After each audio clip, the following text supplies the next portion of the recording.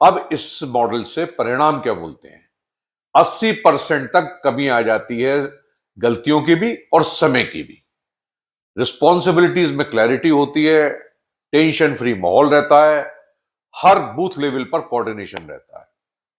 सबसे महत्वपूर्ण बात यह है, पूरे जिले या राज्य का चुनाव ट्रांसपेरेंट होता है और इफेक्टिव होता है। यह मतदाता सूची चुनाव प्रक्रिया में किसी भी एरर के रेक्टिफिकेशन के अलावा कुछ नहीं। क्या यह अच्छा है या बुरा, इसका उद्देश्य केवल मतदाताओं को सही करना है और फेक वोटर्स को मतदान सूची से हटाना है। मान लीजिए कि एक क्षेत्र में सिर्फ 4 मतदाता हैं, क्षेत्र में सरकारी लाभ 100 रुपए का आता है। अब ये 4 मतदाता, मान लीजिए एक हिंदू, मुस्लिम, सिख, ईसाई 4 हैं, इन सबके बीच 25-25 रुपए बटेगा। यदि कोई घुसपैठिया रिश्वत देके 5वां मतदाता बन जाता है, अपना फर्जी आधार कार्ड, फर्जी वोट बना के, और अब ये जो 100 रुपए आने थे वो 5 लोगों में बटेंगे, तो फिर पीड़ित कौन है? जो भारत का मूल निवासी है, मूल नागरिक है, जिसके अधिकार घुसपैठियों को वितरित किए जा रहे हैं।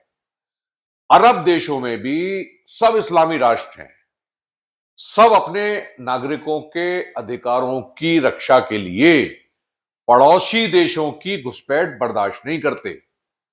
मेरी राय में ये जो सरकारी अफसर हैं जो फर्जी पहचान पत्र या वोटिंग आईडीज बनवा देते हैं, इन सब पर मुकदमा चलना चाहिए और उन्हें कड़ी से कड़ी सजा देनी चाहिए। जो लोग भारत के चुनाव आयोग की आलोचना करते हैं, उन्हें शर्म आनी चाहिए। भारत का चुनाव आयोग अंतरराष्ट्रीय स्तर पर मान्यता प्राप्त है और सम्मानित है।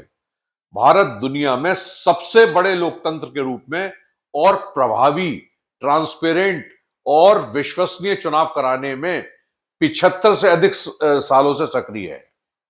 रिकॉर्ड है ये, और दुनिया भर में भागीदारी वाले लोकतंत्र और चुनाव प्रशासन को बढ़ावा देने में अग्रणी भूमिका निभा रहा है।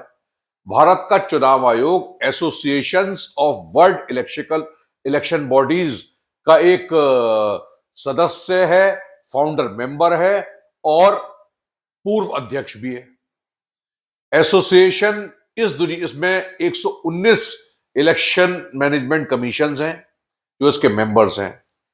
Associations of the Asian election